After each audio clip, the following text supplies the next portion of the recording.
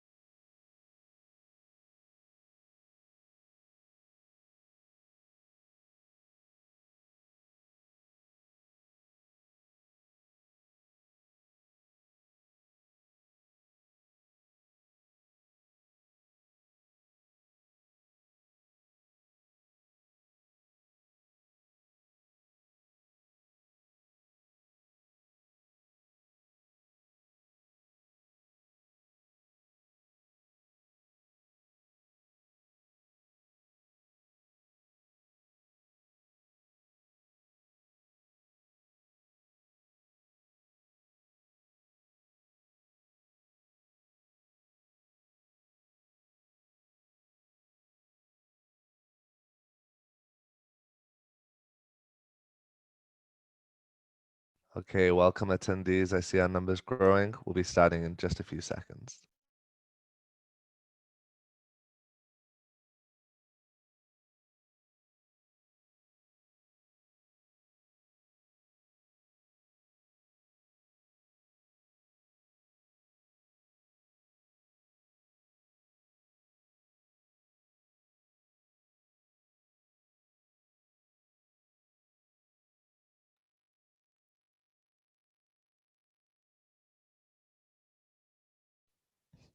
Welcome everybody to this webinar. Thank you so much for being here. And I can see already people joining from around the world in the chat. You can go ahead and introduce yourself in the chat. Thank you especially to those of you joining in Asia and the Pacific. I know it's very early in the morning to you, and it's great to see such a range of participants involved. My name is James Elsmore. I'm the Director of Island Innovation, and we are hosting today's webinar as part of our series on the re-emergence of the tourism economy. Next week, we'll also have another webinar in this series on remote workers and digital nomads and what that new trend means for the tourism industry. But today I'm very excited to be talking about this topic of Chinese outbound tourism, and I'll shortly be handing over to our expert moderator and panel of experts to take over. In the meantime, I want to do a quick poll because we're very interested to know, for those of you here, a little bit more about you. So you should now see that on your screen. There are two parts of this question. First question, to know a little bit about where you're joining from today. And the second part is multiple choice, so you can select more than one to say which of the following describe you. And there's a couple of different criteria there. So I'll just give you a few more seconds to be joining. I know we'll also have a lot of people who've signed up who will be joining and watching the recording. We've had over 400 people sign up today, and I know many of those in the Pacific and Asia will be watching the recording, and the recording will be sent out to everyone who registered tomorrow. But for those of you live, it'll be a great opportunity to ask questions, have a conversation, and meet some more of the panelists. Okay, I'll just give it another few seconds, so please go ahead and answer the questions if you're ready. Okay, I'm going to end the poll now and share the results. So we can see that we have 40% of our audience joining live from Europe. That's maybe a time zone thing, with the Americas represented, well represented, always a good Caribbean contingent at our Island Innovation events. And unsurprisingly, unfortunately, no one joining from the Pacific Islands, Australia, New Zealand, but it is early in the morning there. So I've seen from our registrations that we have lots of people who will be watching the recording in that region. So hello to everyone who's watching the recording. And then in terms of the multiple choice options that were selected, I see around a third of people say they're in the tourism sector, a few people in media, government, etc. Around a third in academia, and then 13% in destination marketing. So we have quite a range of people joining today, and I can see that in the chat also. Just a quick remark on the chat. You will see a blue button just above where it says type message here. So when you send an introduction or a message in the chat, make sure that you've clicked that blue button and that you've selected the correct person, either a private individual or panelists and attendees. Right now, I can see a lot of message coming in, but most of those are only visible to our panelists. So I would encourage you to go ahead and resend your message, resend your introduction, and select all panelists and attendees so everyone can see that.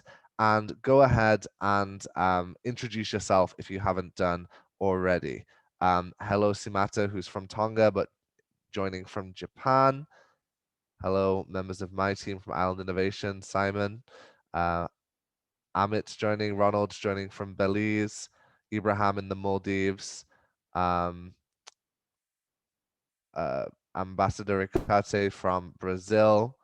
Great range of people who are participating. Farah from Dominica. Amazing. Lots of different places, as always, from our Island Innovation series.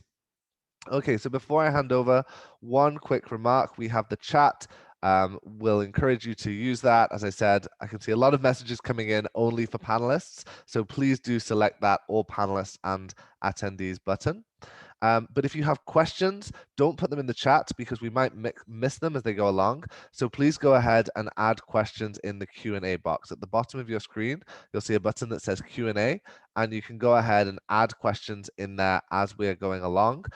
Some of our panelists may also choose to type in answers to those questions, and we'll make sure that we are answering all your questions, but please do put them in the Q&A box and not in the chat.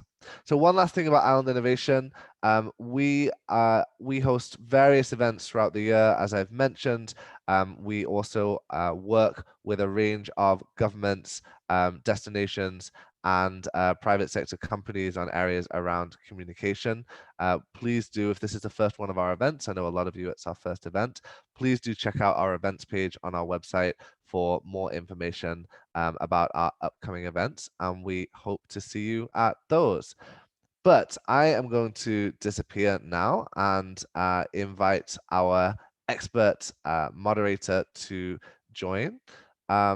So Professor Wolfgang Alt is in Germany. He's been working in this Chinese tourism sector for many years, and we're thrilled to have him put together this webinar. So I'll hand over to you, Professor Alt. Thank you very much, James, and warm welcome to everybody. And as James has said, so also I saw that we have some participants burning the midnight oil from places where it is already midnight or even later. Actually, also one of our panelists, Anita, is based in Hong Kong, where it's already after 11 p.m. So thank you for everybody to be so interested and so diligent to do that. So my name is Professor Dr. Wolfgang Georg Alt, and let me introduce briefly the other panelists, which I think also you can go live again now. So we will have first a welcoming address by Joel Kemelo. He is working for the marketing of Papua New Guinea. So, and there it's already after 1 o'clock in the morning, so that's why this will be recorded. All the other stuff you see here is actually live. After that, I will give a short keynote to set us up for the current situation and the development, of course, with a special focus on islands. And after that, we have 3 panelist interventions. The first one coming from Hans Lagerwey, who is the CEO of Albatross Travel, based in Copenhagen and in Beijing. And then we will have Anita Chan, who is the CEO of Compass Edge, based in Hong Kong. And then Richard Adam, who is the CEO of Trend Transfer and also one of the senior experts of Advantage Tourism. What that is, I will talk a bit about a bit later. And then we will have half an hour of Q&A and panel discussions. So, and of course, please feel encouraged already now or during the presentations to put your questions into the question and answer box. So maybe not in the chat box, because there is a lot of things going on in the chat and they might get lost. Use Q&A for your questions. And at the end, James, our host from Island Innovation, and I'm very happy and proud that we can cooperate for this webinar together with him and with his organization. He will give some closing remarks, and then we will finish at 4:30 German time, 3:30 GMT, and whatever the time is over at your place. So without further ado, let's ask James to start for us the presentation by Joel Kemelo, Marketing Coordinator, Papua New Guinea Tourism Promotion Authority. And James, sorry, just a quick correction. We'll be finishing at 5:30 German time, 4:30 GMT. So we've got an hour and a half, full hour and a half webinar. Sorry, yes. This is GMT times. Yes, you're so right, of course. Okay, I'll go ahead and play the video. Good day, everyone, or good afternoon, everyone, from wherever you are joining in for this wonderful seminar on the Chinese outbound market. My name is Joel Kemelo, Senior Marketing Officer for Papua New Guinea Tourism Promotion Authority, and also Marketing Officer in charge of the Asia market for Papua New Guinea. Today's topic is basically on PNG's future plans with the Chinese outbound market. As you know, COVID has affected our industry. However, I'd like to explain a little bit about how Papua New Guinea came and ventured into the Chinese market. Back in 2010, Papua New Guinea signed an ADS, Approved Destination Status, giving us every right to market and promote our destination in China. So since signing the Approved Destination Status, Papua New Guinea Tourism Promotion Authority, since 2011 to 2018, received a total number of visitors from China, about 55,000 in total tourism arrivals for China. In that 55,000 Chinese visitors, we received a total of almost 9,500 holiday travelers within the span of 8 years. During that time, we've also identified 3 key factors that have affected the growth of our Chinese market. 1 being the air connectivity, 2 the visa issue, and 3 is the language barrier.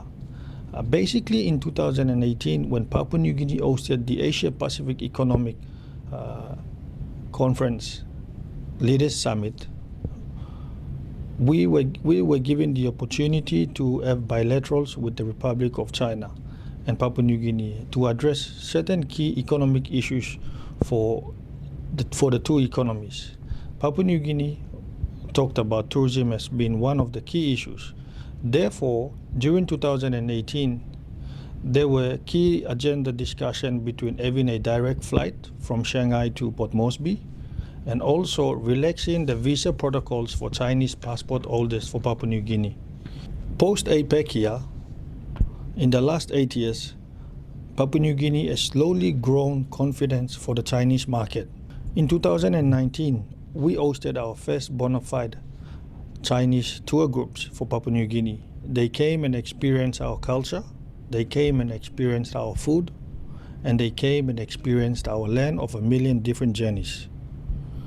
2020 was looking to be a promising year, and then that's when all it happens, COVID came into play. During COVID, our market has not really recovered. We have lost, and we have not even seen any Chinese visitors into Papua New Guinea. So in 2020 to present, Papua New Guinea has maintained its market presence with the assistance of our TPA marketing representatives based in Beijing. They have been able to maintain our market presence through digital media using Weibo, WeChat, and other various social media platforms in China. As like any other destinations around the world, we are still suffering, and Papua New Guinea is looking at adapting its marketing strategies and promotions towards maintaining the Chinese market presence. We are more focused on embracing the digital marketing platforms.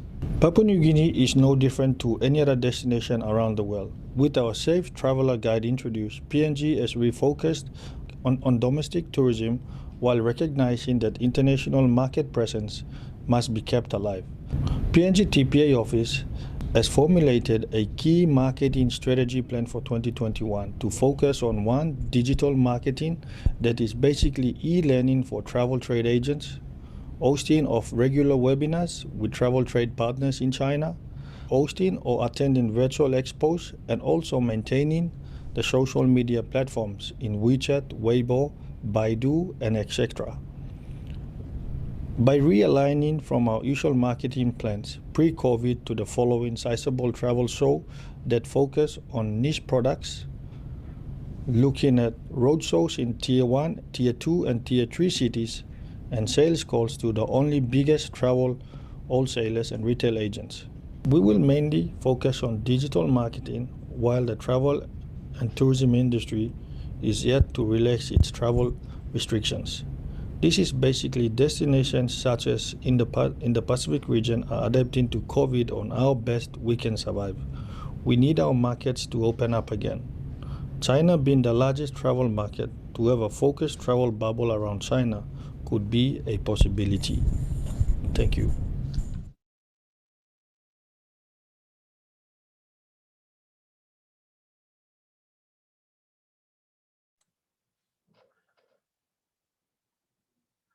Okay, so thank you very much. I think, well, obviously, what Joel has been talking about, well, we all can relate to that. The high expectations for 2020 and then the deep fall into the abyss. But there is light at the end of the tunnel, and I would say the light at the end of the tunnel is a Chinese lampion.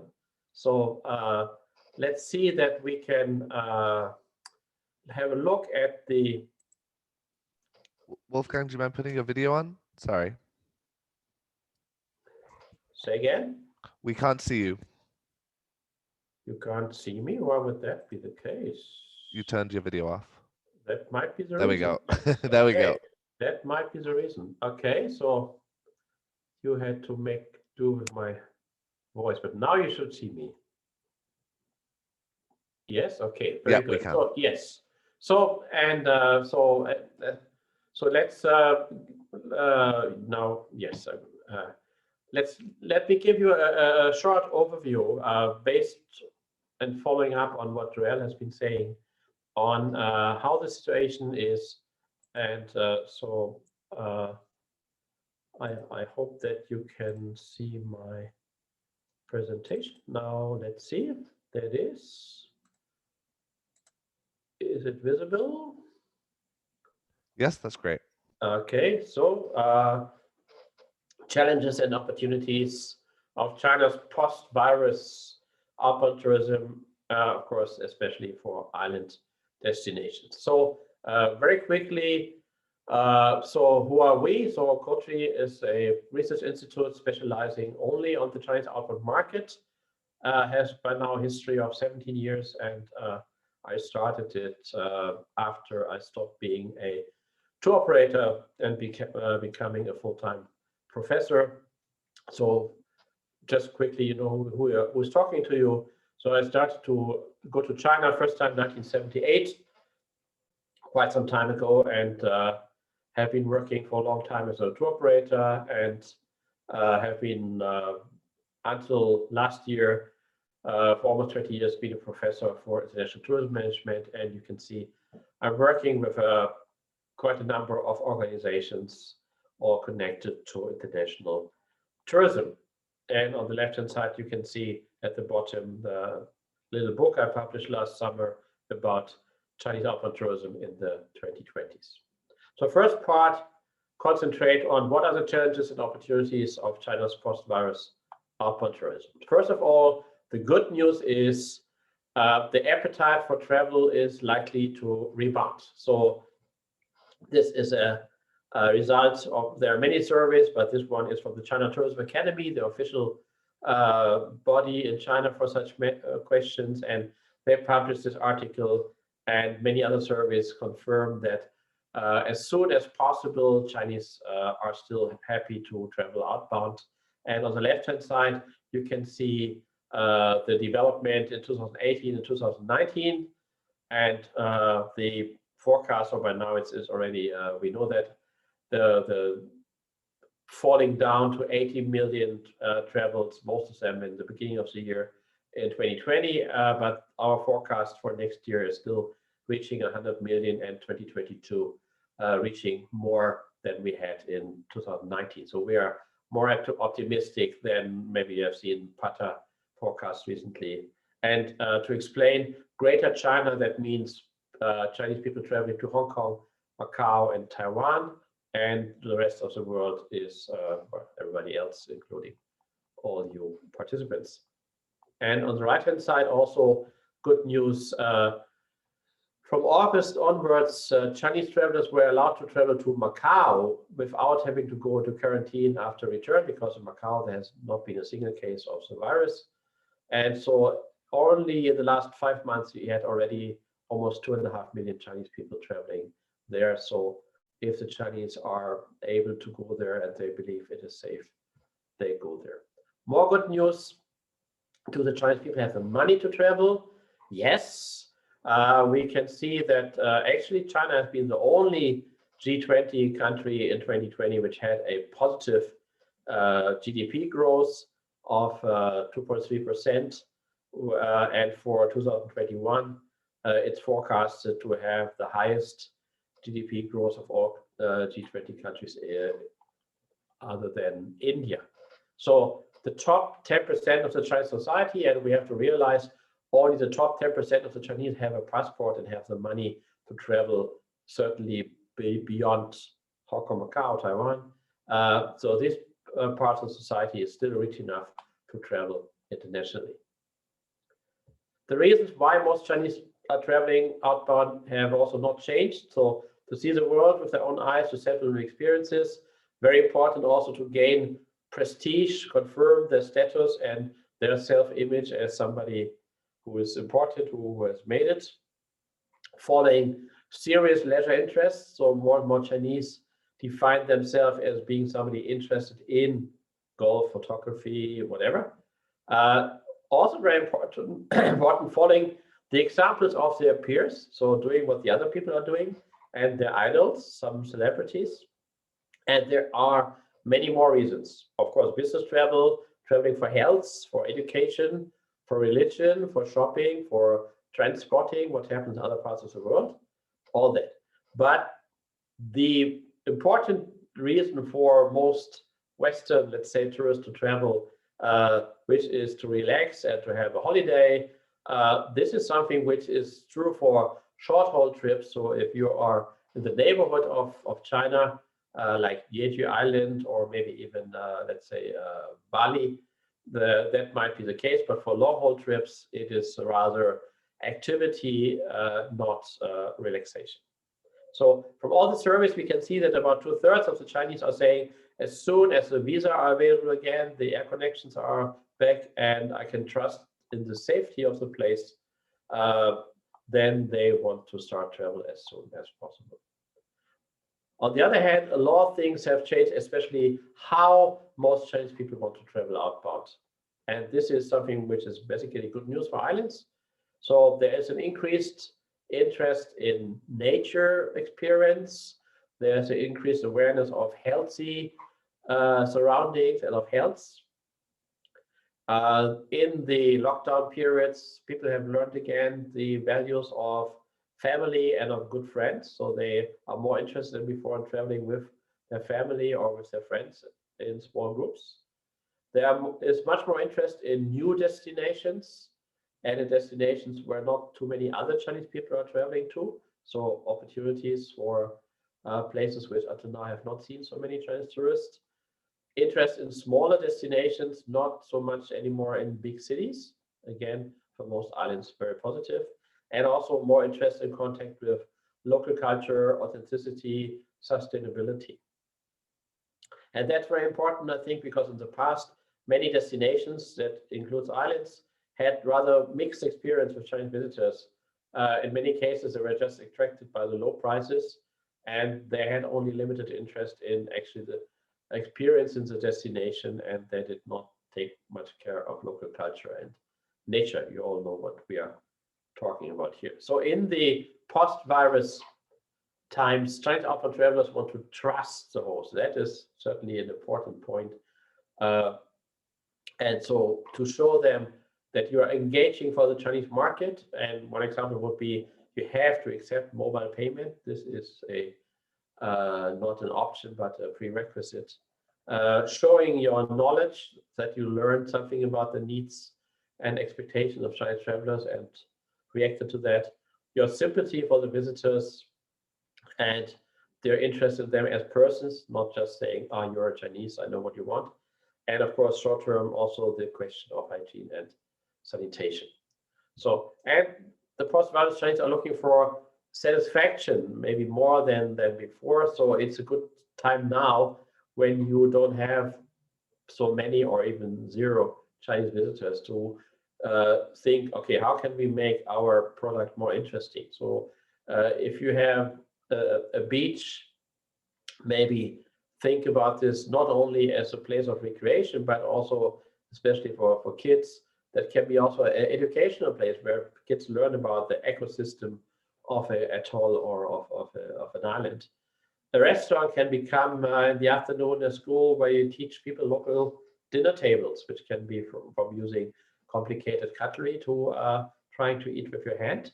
A hotel can offer some gimmicks for technology and so on. So there is a big opportunity for the new wave of Chinese travelers to get them to come specifically to your place, to stay longer, to spend more if you have the right products. So now quickly have a look, what does that mean for islands more specifically? So many island destinations, and we have been working with a number of them, have suffered a similar fate in the years before the pandemic struck. So they were discovered as a hot destination, and you had a huge number of Chinese coming, often in big groups, and often meeting infrastructure which was not prepared for that. And so anyway, Chinese outbound travelers tend not to come back again because they have still to see so many other places. And if they were not very satisfied, they would not recommend this place to their peers. So third point, in many places we saw that as the products were not adapted and they were offered the same thing which were offered to recreation-seeking Western tourists, satisfaction was not that high, and after a few years, another place became a hot destination. Just to look at some numbers, on the left-hand side, you can see arrival numbers for Fiji, Maldives, Mauritius, Sri Lanka, and of course, 2020, it all goes down to almost zero. But even if you look at 2019, you can see that the high time for these places was already earlier, maybe 2015, 2016, and already there was a diving going on earlier. And also for Bali, you can see it became a hot destination, so it has been doubling arrivals from 2014 to 2017 and stayed high in 2018, but already in 2019 was starting to go down. So this is, of course, what we have to have a more sustainable approach so that we can avoid having just this up and down movement. So when we talk about challenges and opportunities, there is a new approach needed to a sustainable Chinese outbound tourism. So we can't go back to 1919 and do things like they were before. And I put some pictures here. You will be familiar with that. So this is not what you want your destinations to look like. So we have developed a program, just to introduce quickly, which is called Advantage Tourism Recovery and Resilience Program, which is a synthesis of all our experiences in the past years and the new developments during the pandemic, so providing answers how to react to the challenges which already existed before, and they're still there. So we have climate change, and we had all these discussions about over-tourism. We have in many places seasonality, and we had a lot of places where you had increase of arrivals of quantity, but not the quality and the management going in the same way. So therefore, we are offering for destinations to help them to learn how to get people more interested in the local culture, find those customer groups who are interested in that, and in concentrating on training and empowerment of the local stakeholders instead of spending money on just the big Chinese social media. And Anita Chan will talk more about how you can be more careful and more successful with your marketing money, maybe by using mini programs. And so therefore concentrating on a higher level of satisfaction of the Chinese guests, because they will turn into ambassadors of your destination, and they will recommend your place to their peers who will then come as well. So to put this into a picture, this is what we call the paradigm triangle. At the base, of course, what is the situation? So obviously, most islands do not have mountains, so you can't go skiing there. So you have to look what you have. But then learning and understanding what does the market ask for, what can you offer. On the other hand, of course, digitalization is another big topic. We probably won't talk so much about today, but this is the other part we have to be careful about. And therefore having a KPI of trust, so that Chinese really feel welcome and that they really feel that you made an effort to offer them what they want. And based on this embeddedness, that they feel like they're welcomed with open arms and become part of the community, and then also they're able to take more care about their surroundings. And so in the end, having a higher level of satisfaction, not only for the guests, but also for the staff and the locals and the company and the environment. So let me finish with a quote from the CEO of PATA, Mario, who said a few days ago, "The future of tourism will depend more on length of stay and visitor satisfaction than on a generic and simply headcount of arrivals. Metrics that track such indicators will possibly become a new standard for determining tourism potential and performance in what is likely to continue to be a volatile world." So, and I think this is what we talk about today, and I'm happy that we have some experts here who will tell you some more details about this idea. So this should be all for me. Just to say, we have a publication called COTRI Weekly, which is free every week. Please feel free to subscribe to that. And we have an online training program, which we just updated. And of course, Advantage Tourism is, we think, a useful tool to help you to get up to a better start once the Chinese start to travel again. With that, thank you very much. And we go back to our panelists. And James, back to you.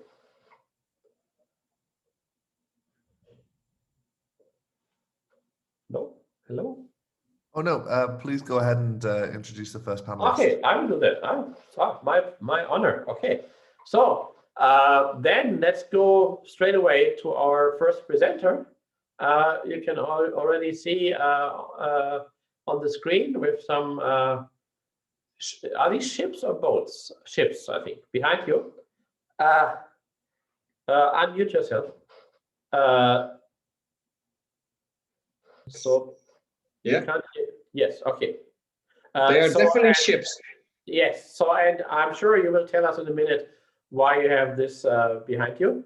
So this is Hans Lagerwey, who is the CEO of Albatross Travel, and he will tell you about traveling to non-tropical islands. Exactly. Thanks, Wolfgang, because what most people have in mind with holiday islands is beautiful beaches, palm trees. And I actually want to talk today about the biggest island in the world, but you cannot find any palm trees there, and it's Greenland. And why talking about Greenland? I'm responsible for Albatross travel. We have Albatross expeditions. And one of the big surprises, probably for many people, is that China is the second biggest outbound market to destinations like Antarctica, or even the number one outbound market for the actual North Pole. And yes, you can travel to those destinations. China is not yet the one of the big outbound markets for Greenland, but we expect that the destination is perfect for our Chinese travelers. So let me share you a couple of thoughts from my presentation, and let me know. It should work now. You should see my screen. If not, please shout. So go ahead and put it in presentation mode if you can to fill the whole screen. Is it not in? The bottom right-hand corner. Let's see, there's a. There we go. That's great. Thank you. Yeah. Okay. Yes. So let's take a little step back. Let's think about before Corona, before the crisis.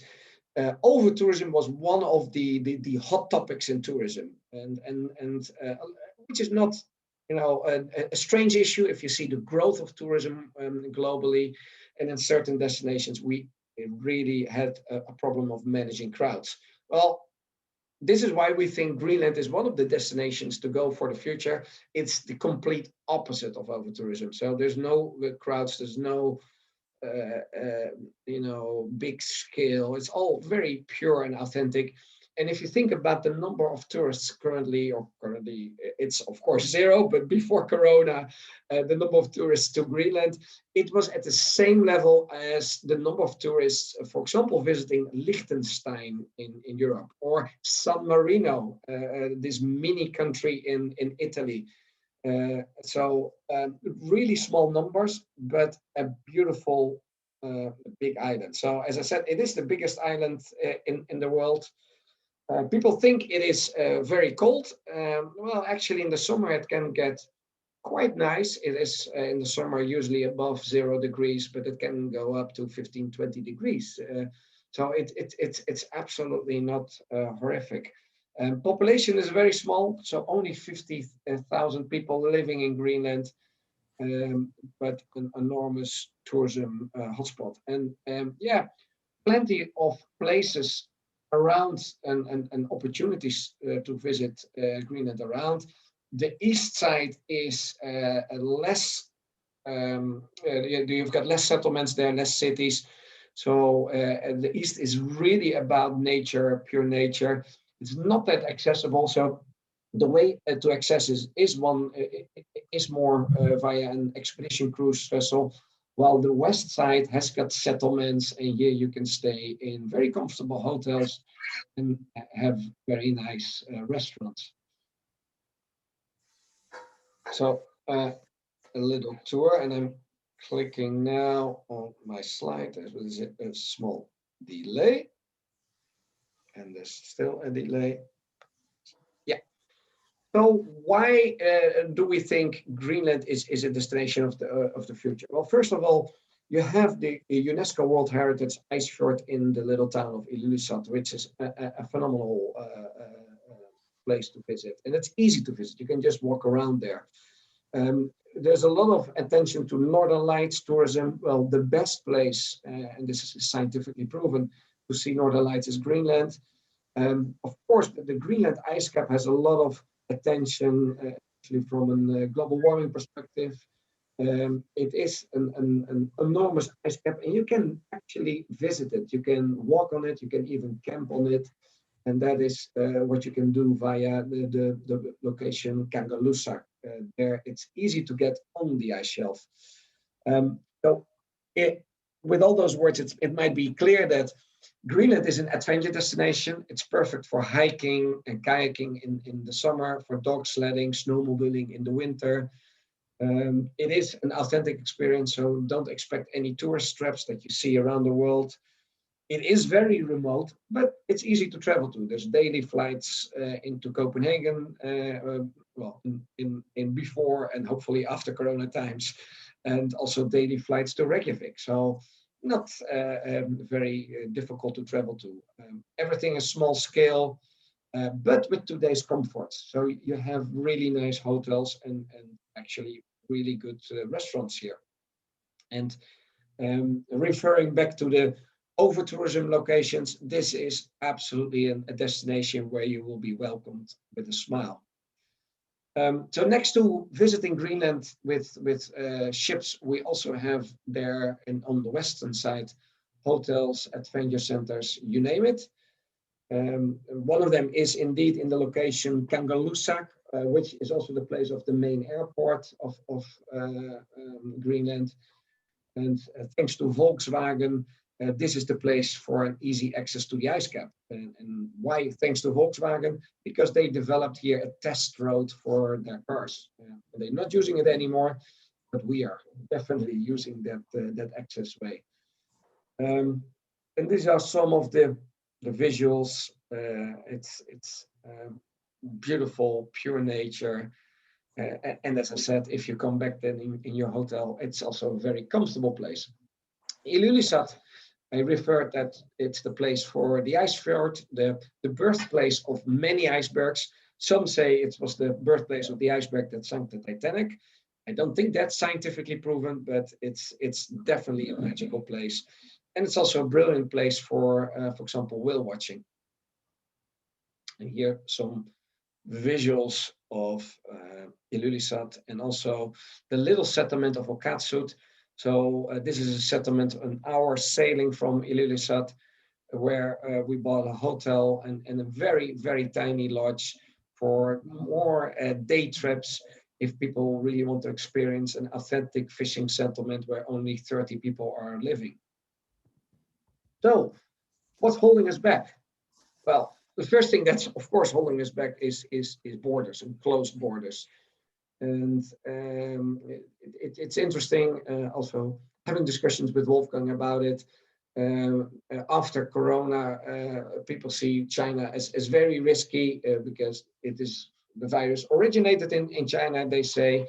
And although things are perfectly under control in China, especially compared with the situation in Europe, the borders remain closed. But even before Corona, we had some challenges with Greenlandic tourism from China. And the simple thing that was holding us back were visa requirements. It is such an, I call it sometimes stupid, old-fashioned thinking of governments. Oh, let's check, let's control, let's ask visas. So for Chinese visiting Greenland, they need to have 2 visas. They need to have a Schengen visa, and then they need to have an additional Greenlandic visa. And we have had conversations with the Danish government who say, well, no, Hans, don't worry about it. It's very easy. You just apply for the both visas at once at our embassy. Well, it's not that easy because if, as a Chinese tourist, you want first to visit Iceland and then on to Greenland, then you have first to go to the Icelandic embassy and then again to the Danish embassy for the additional Greenlandic visa. So I keep complaining about it. It's old-fashioned bureaucratic governmental thinking and not thinking in opportunities because, with the wealth of experiences that we see, we think Greenland could be a top destination for Chinese travelers. But the other thing is flight connections. Although, I said it's not that bad. It's you have a daily flight usually from Copenhagen and a daily flight from Reykjavik. Would we love to have more flights? Of course. And technically, it's even possible with the length of the runway to fly directly non-stop from China to Greenland. For me, it is really visas. And what I know from our experience selling travel in China, Chinese travelers are used to deal with visas, but if there's easier solutions, definitely those destinations have the preference. To finish off, a cheers, and we like to cheers with Greenland, the coffee, and I have to warn you, it's not coffee. It's a little bit of coffee, but it's mainly some nice shots mixed and added to that whipped cream. Absolute delicacy. So please, I would like to invite every one of you, come and experience this either on board of our ships or in one of our restaurants in Greenland. And let's cheers to a nice future with Chinese travelers visiting Greenland. Okay. Hans, thank you very much for that. And so we thought it's a good idea, as you have been saying also at the beginning, not to talk about the obvious islands, but to have another one. And I'm sure that in the discussion, we will have more opportunity to ask what is the specific behavior of Chinese tourists going there, and what do you see also for the future for that.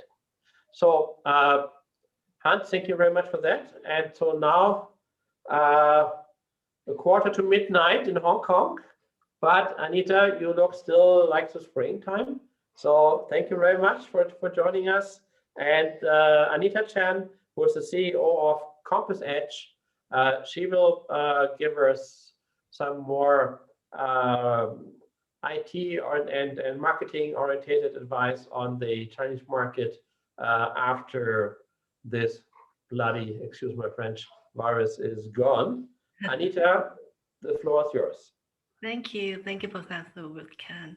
Let me share the screen quickly.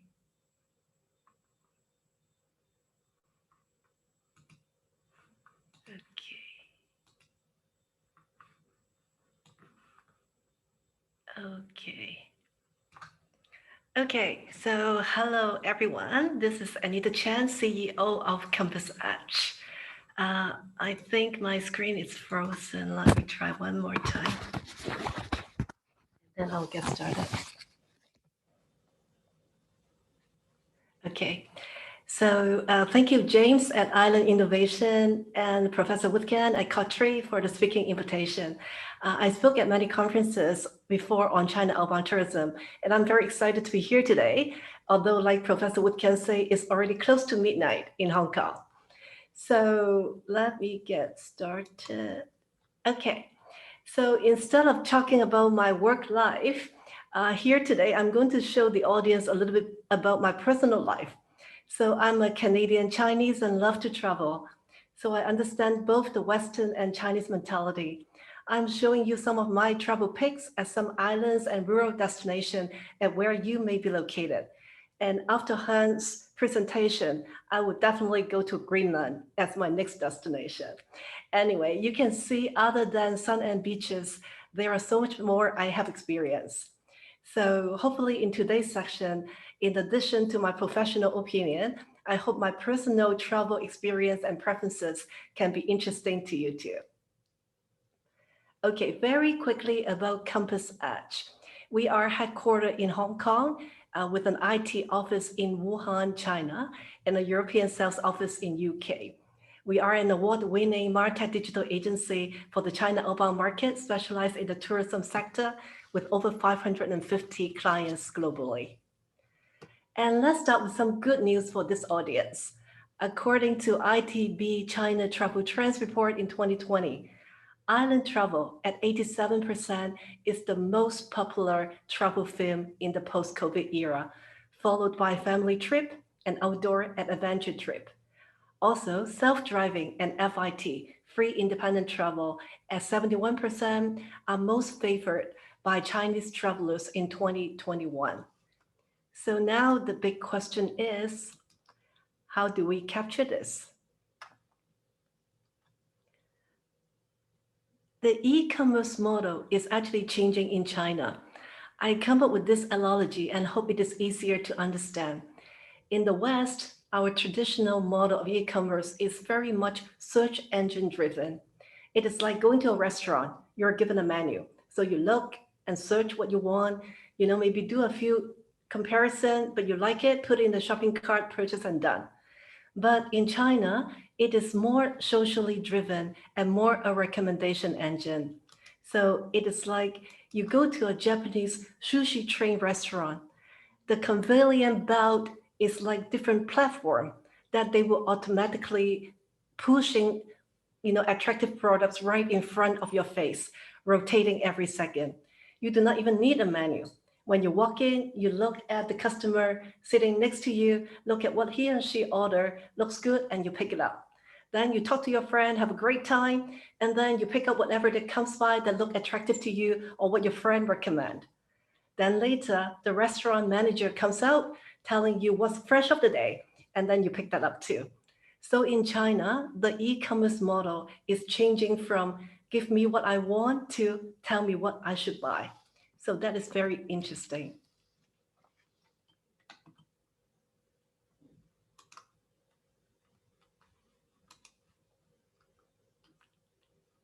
Okay. And now, due to COVID-19, according to McKinsey, the top accelerating trend in China is digitization. Digital tools becomes very popular and very important, and it is expanding to all age groups and to all city tiers. So not just limited to young people or primary and secondary city, it is all across China. So as for our industry, to capture on the digitization trend, we need to understand the Chinese traveler's journey and be present on as many digital touchpoints as possible for a successful restart of Chinese outbound tourism. Remember the conveyor belt analogy I just mentioned? You need to be on the conveyor belts. If not, no matter how attractive you are, Chinese will not see you. This is why my company come up with this Chinese traveler's journey model after surveying many young Chinese FIT travelers. So from the inspiration stage, Chinese can be easily influenced by what they see on social media, from the friends and families, or from KOL, key opinion leader, aka influencer, and KOC, key opinion customer. Then Chinese will plan the trip via Mafunwo, Little Weibo, and OTA like Ctrip, Meituan, etc. Before they book, Chinese will actually go through a validation stage that they will shortlist their option and then check out the Chinese website, official account, and also from user-generated content. Only then, with all positive sentiment, Chinese will book mainly via online and offline agencies. So travel partners are very important to us as well, because only 10% plus will book direct.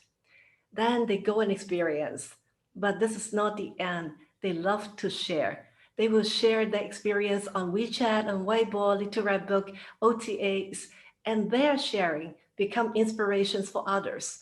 That journey continues for another Chinese traveler.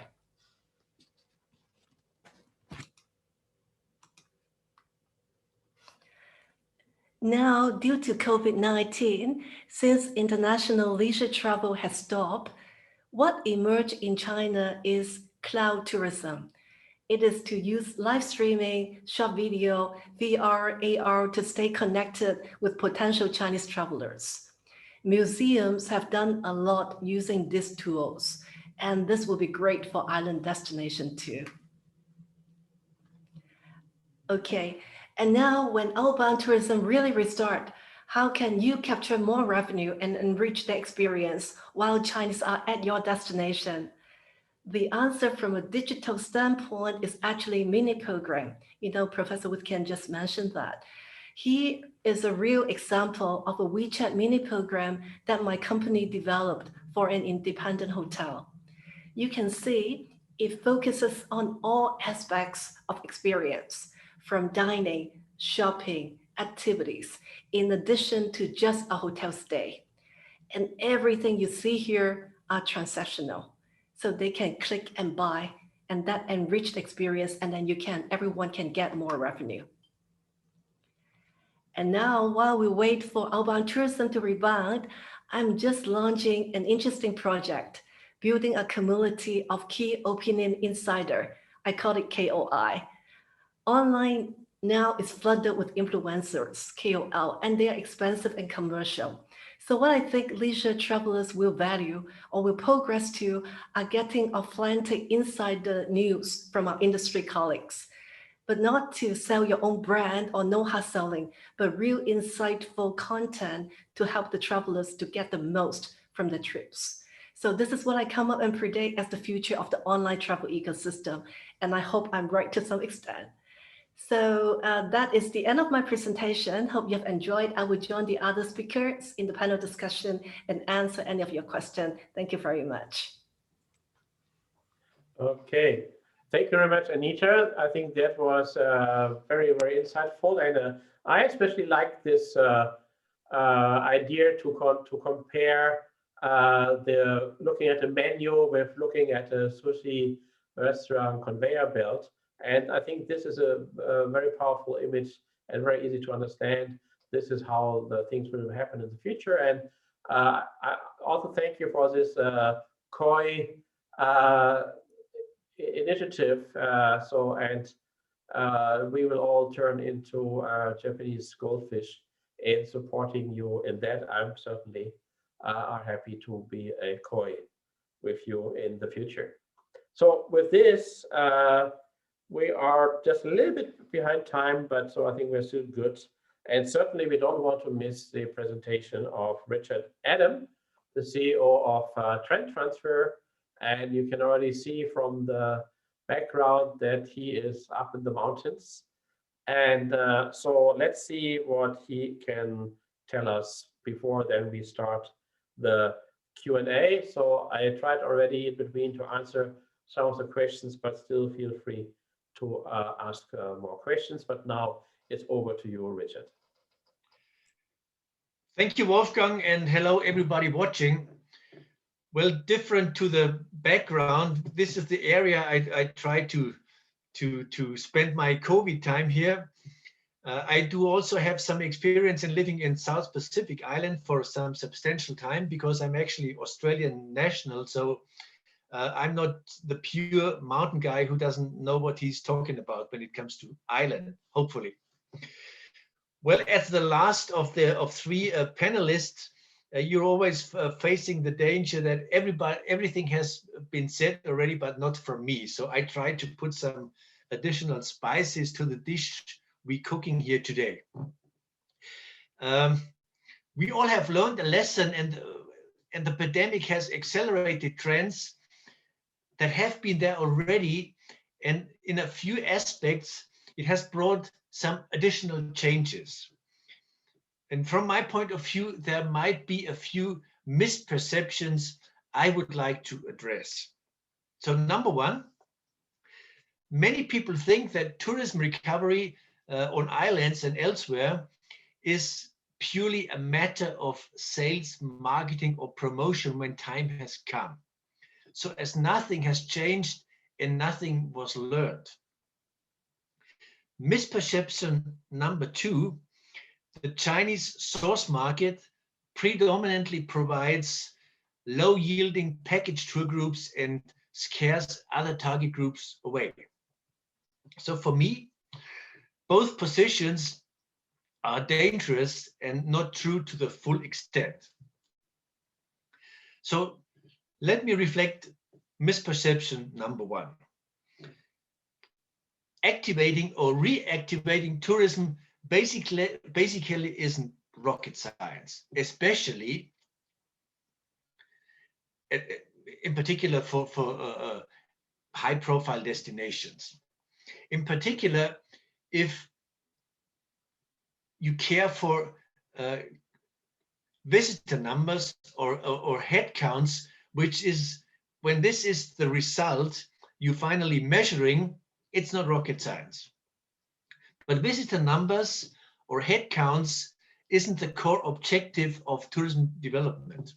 Now you may say, we all know that, but then again, you have to be confronted with the question, why is visitor numbers often seen as the one and only benchmark and the one and only figure that is circulating around? As we know, It's all about creating jobs, entrepreneurial opportunities, also for locals, creating investment, education for jobs, quality and enrichment, strengthening local and regional value chains. So profits remain on the island to a great extent. Just today, I have read a statistic that from mass tourism, package tourism, only 14% of profits may remain where actually the service was delivered. Also, we want to enhance the standard of living in balance with sustainable environment, heritage, and character of an island. Sustainability is no longer just an interest of locals, it's increasingly an interest of visitors. People make decisions based on the carbon footprint or other ethical values that decision may influence. Now, to get there, an island has to establish certain policies, strategies, and procedures, in particular, a set of KPIs which measure and monitor these objectives. After all, on islands, locals still want to have a happy life in a beautiful island for good.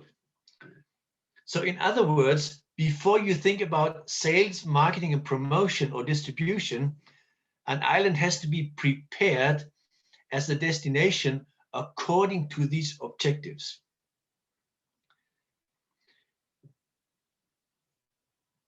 Which is far beyond bricks and mortar infrastructure and, as we said, visitor numbers. Now we come to the second misperception, the Chinese source market. The Chinese source market has diversified and developed over the last couple of decades. The first timers, the package tour groups are still a significant volume, but there is an increasing number of experienced travelers who rate experience more than they rate price. As we have seen in the statistic from Wolfgang, we shouldn't forget about the fact that the Chinese source market has in 20 years developed and emerged than no other source market on the planet. And there are visitors who are very well providing a yielding business and who are educated, albeit they are demanding travelers. Now, to tap these segments, visiting trade shows and spending money on traditional advertising may not be the strategy you can build on. You have to know the right peer groups to talk to, as the Chinese outbound business is still a B2B business. If I have learned one thing in my 20 years dealing with China outbound tourism from different perspectives, talking to the right people is key. Also, you have to know how to convince them in terms of offerings and services. And you also have to know the digital space they live in and act accordingly. Chinese have their own digital microcosmos and a series of other specifics. So from experience, we know that it might scare away other visitor groups when one source market becomes too dominant. Well, that's not a Chinese phenomena that is applicable to any dominance of any source markets.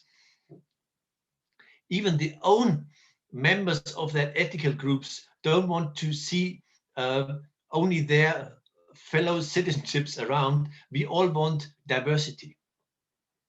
So in consequence, especially on islands, the balance of your visitor group is a crucial issue, and you have to take care of that in your strategies before you ramp up promotional activities. As Wolfgang said in his introductory presentation, we cooperate with a group of seasoned experts who address all of these matters in a proven, integrated, and systematic approach, preparing the place and enhancing the value in inbound business from China or other strategic source markets. And this program is called Advantage Tourism. It has a focus on China due to core competences and given experiences.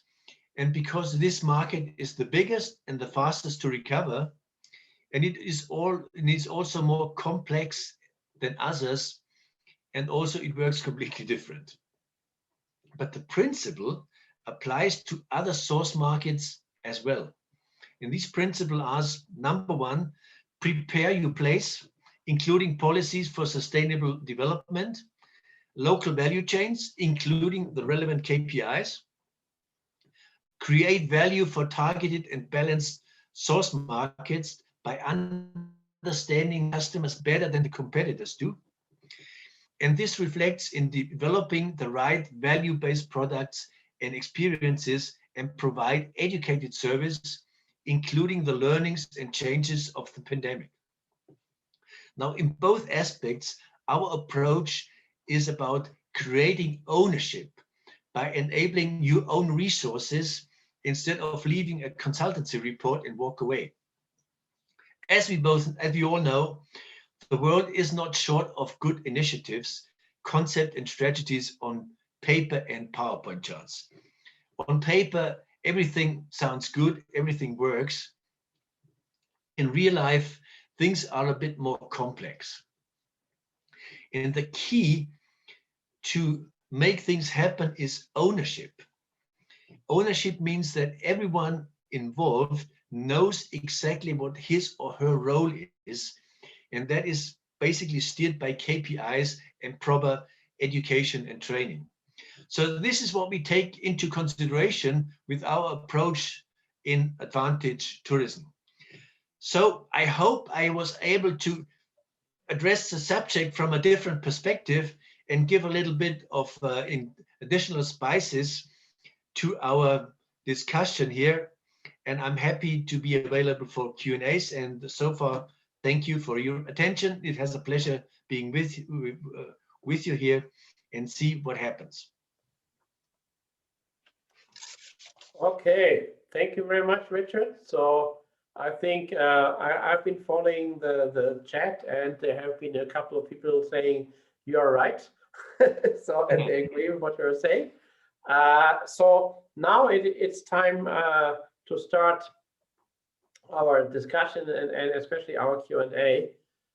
So there have been some questions which I tried to answer on the site, and maybe I can just quickly answer to everybody a few of them, and then we look at more specific ones.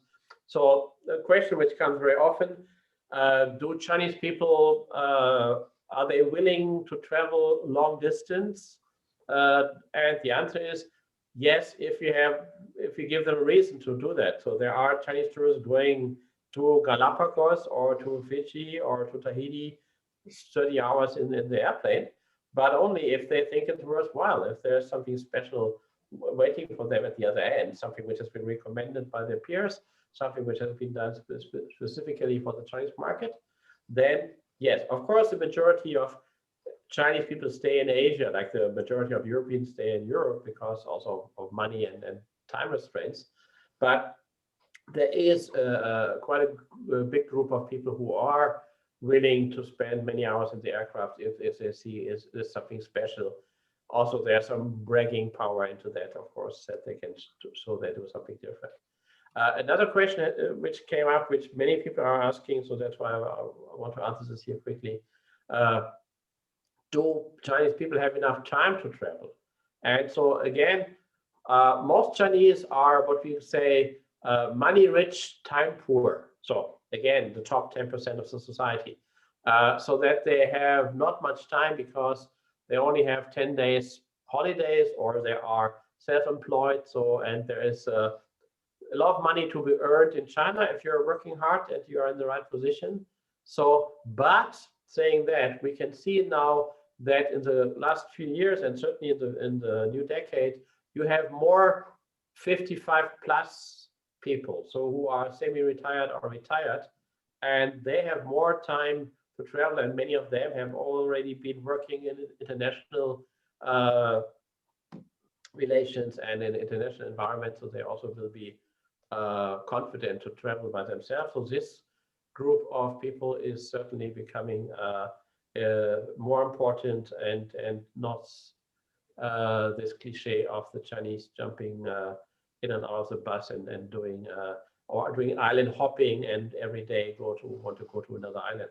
So maybe this is some to answer some basic questions. So a question which maybe goes, Anita, I can don't go away. Anita, I wanted to give to you. Are you still there? Yeah, I'm coming. Like my internet is not very steady, so Okay. Never mind. So there's a question by Shawnee Kuya.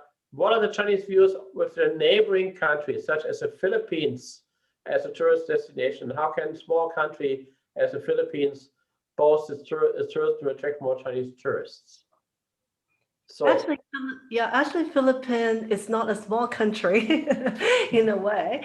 Actually, we have quite a lot of clients in Philippines.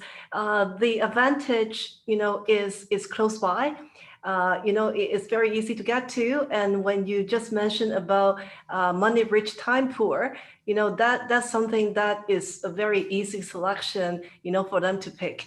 And I think, because, they have Boracay, that they just got what they call a cleanup, so to speak. Now it's, beautiful and clean beach that attracts a lot of people. I think it's just unfortunate that because of COVID, but if not, when the beaches begins to open up in Boracay, we are seeing a lot of interest. We are seeing a lot of interest going to Philippines as well. So I think they just need, sorry, my internet. I think they just need to say, according back to my presentation, with quite limited budget, even they can get onto the social media, do some digital marketing and get the exposure as a destination, and then partner with, for example, Frigi. They are doing live streaming or C-Trip, whatever, to promote the destination and some packages, and then they can get the attention of the Chinese travelers. That's what a lot of the destination board in Asia are doing. Okay, yeah, thank you very much for that. So maybe another question for Hans, because the question here is from Farah. Here in the Caribbean, many of the smaller islands are obsessed with investing in international airports and five-star resorts. What exactly is more attractive to Chinese travelers? Simpler, authentic accommodation, or ultra modern, all-inclusive, or exploring the outdoor? So you have been telling us about a island which certainly does not have a huge international airport, and certainly does not have five-star resorts of the way we are visiting. But I saw on the chat that a lot of people have been saying, "Oh, you sold Greenland to me. I want to go there." So you made a very good impression. But so from looking at a perspective of a place which is not like that is all about international airport and five-star resort. So Hans, what would you say? What makes this your place, Greenland, or also Iceland, for instance, or going to the North Pole, attractive for Chinese visitors? Yeah, let me start saying that there is no 100% one right answer to this, because the Chinese traveler doesn't exist, because there's many different interests and many different needs. But in generally, I would say the Chinese traveler is an experienced traveler. So Wolfgang, you mentioned they have to have a reason somewhere. They usually don't go somewhere just for the beach. So they have to have an experience that they can share, an experience that they can photograph, and that could range from anything very active to cultural to think experience marketing.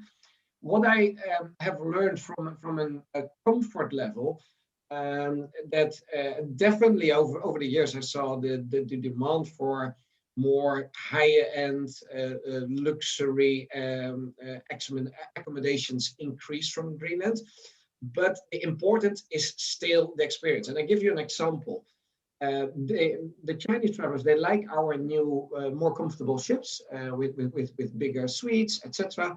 However, they love to sacrifice their nice, warm, cozy suite on a ship, pay $250 extra, and spend a night with our expedition staff camping in Antarctica, camping in a bivy bag in the snow. So again, it's not about them the comfort. It's not comfortable at all, but it is a tremendous experience, and that's what counts. Yes, yes. And I think this is certainly, I think this is the most important answer to all the questions. If you ask what does the Chinese outbound tourist want, you're asking, I'm sorry to say, the wrong question. So there are many different kinds of Chinese customers, travelers, people who have a lot of experience in international travel and speak perfect English, who have been maybe a student abroad for years. And you have, on the other hand, people who come first time out of China and who live in a third-tier city, in a small city with only 2 or 3 million inhabitants in China. So so the point is, and Richard has been talking also about this as a part of this advantage tourism approach, is the point is to analyze exactly, and of course we're happy to help with that, to analyze exactly what is the offer you have or you can produce. Like, I think Hans, this is a very good example of spending a night in the ice, have the experience. So where you can find people interested in that. So certainly the majority of Chinese tourists will say, I don't want to spend 250 euros to stay in an uncomfortable situation, but you don't need 1.4 billion customers. Oh my God. So if you can find for this project some product, maybe 5,000, 10,000 customers, for many island destinations, that's already more than enough. So, and that is exactly the point, that you pinpoint what kind of people like that, and then you offer something specifically for them. I think this is the key thing to understand. And what we have been seeing, and I've been seeing myself for the last, I don't know, 10 years, that most Chinese tourists, when they come back from international travel, say, oh, it was nice, it was okay, but they are not fully satisfied in most cases, because they feel the locals have not done enough to make us feeling welcome. So, and there is, you can do more for us specific group of people, because they should know we want this and this. So, and this is certainly a key point. So, Richard, you have been saying your experience can be put together in saying you have to talk to the right people. So maybe this question goes to you. Somebody who has not told us his or her name is asking, political policies are very essential for the development of outbound tourism in China, such as visa application and self-quarantine requirements. How do you think local DMOs could convince Chinese government to open the borders or travel bubbles? And Dred at the beginning was talking also about travel bubbles during the pandemic times. What could be some efficient strategies? So do you think DMOs or NTOs can convince the Chinese government to open some travel bubbles? Okay, if the question starts with, do you think, then basically I come up with an opinion, right? That's the consequence. And my opinion is no. I don't that tourism organizations or DMOs cannot influence Chinese government, because the Chinese government is would not probably to bother too much about particular DMOs all over the world. And personally also, I mean, we have seen it for a year now. I fully understand that the tourism ministry lobbies to reopen to get some business. But we also have seen from opening again, the virus comes in and spreads around again, and then we have to close down again. We have seen this on various occasions.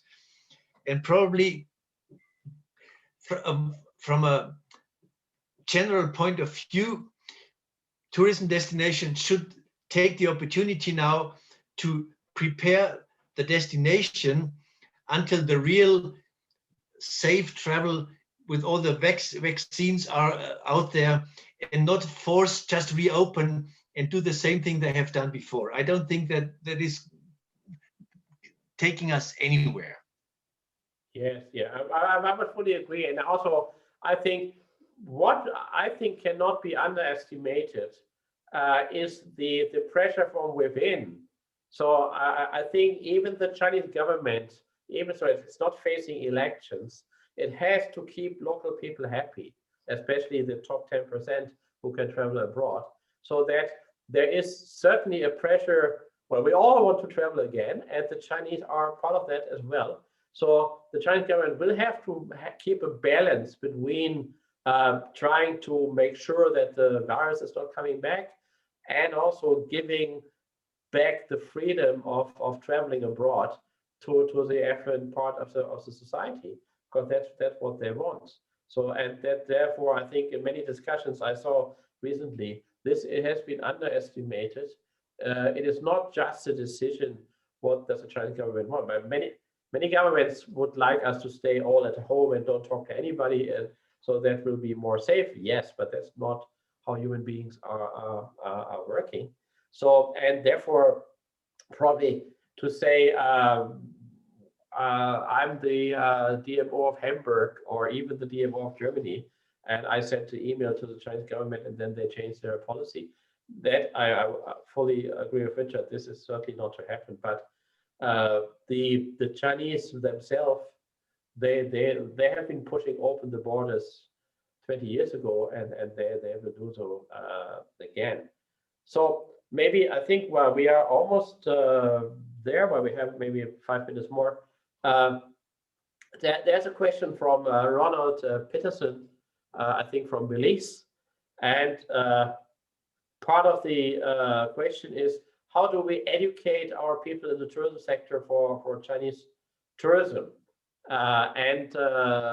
Of course, there is, Anita has talked about the mini programs. That's very interesting. But also, we are also working together with Anita. So we have an online training program called China Tourism Training, which has actually 5 different branches. So a special one for transportation, a special one for hospitality, retail, attractions, destinations. And this is online, and it is done together with the Hong Kong Polytechnic University School of Hotel and Tourism Management. So you get a real university certificate at the end. And so Anita is also one of the teachers, so to say, in that online training. And that is exactly, again, part of the things we are seeing now is the time before the Chinese come back to prepare and better than before, not just open the door and are happy about arrival numbers, to prepare better also that the people know how to increase satisfaction for the Chinese visitors. That is the key point. And so therefore, Ronald, thank you for asking this question. So yes, educating the people to know that is. So we are saying in this training, the worm has to be tasty to the fish, not the fisherman. So it's not a question what you want, it's a question what the customers want. And in the case of the Chinese, depends on, well, if you're in the Philippines or in Vietnam or in Thailand, it will be not so hard for you to understand Chinese people. But if you are in the Caribbean or in the South Pacific, culture difference is probably much bigger. So this is a key point to see what do they want, and also what do they want different from Western tourists, which is in one sentence. They don't want to come there and stay for 2 weeks doing nothing, just relax in the sunshine. So this is not what most Chinese people think of a meaningful way of spending their limited leisure time they have. So maybe we can finish, we have only a few minutes left, by a final round, starting with Hans.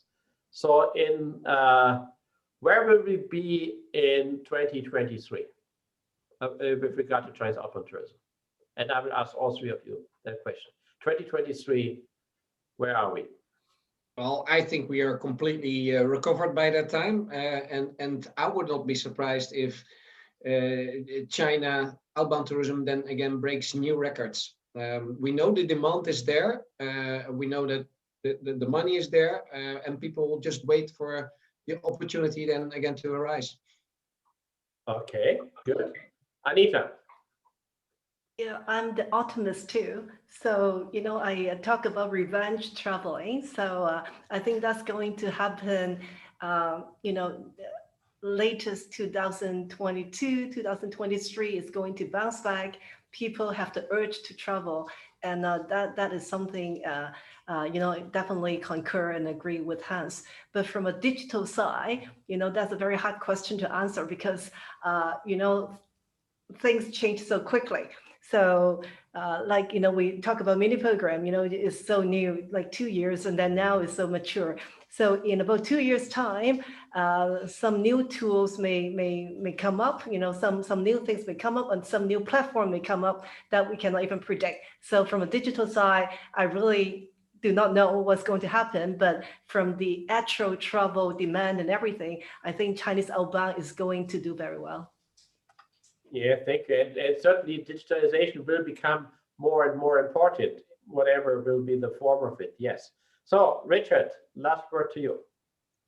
Well, I'm also optimistic that in 2023, we will all travel again without any boundaries. I'm simply for the reason that vaccination ratio will have built up by then.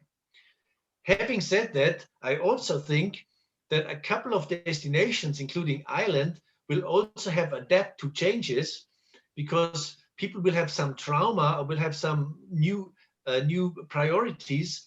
Some destinations will have adapt to changes, will have done their homeworks, and some destinations basically just think, let's sleep, let's wait till it's over, and then everything's going back to normal. I don't think that will happen. So we have the cards reshuffled, and we will have winners and losers when the time of reopening is fully recovered again. Yes, I think that is a very good final word because certainly, we call this challenges and opportunities, not without a reason. So there are a lot of opportunities where we say the Chinese are looking for new destinations.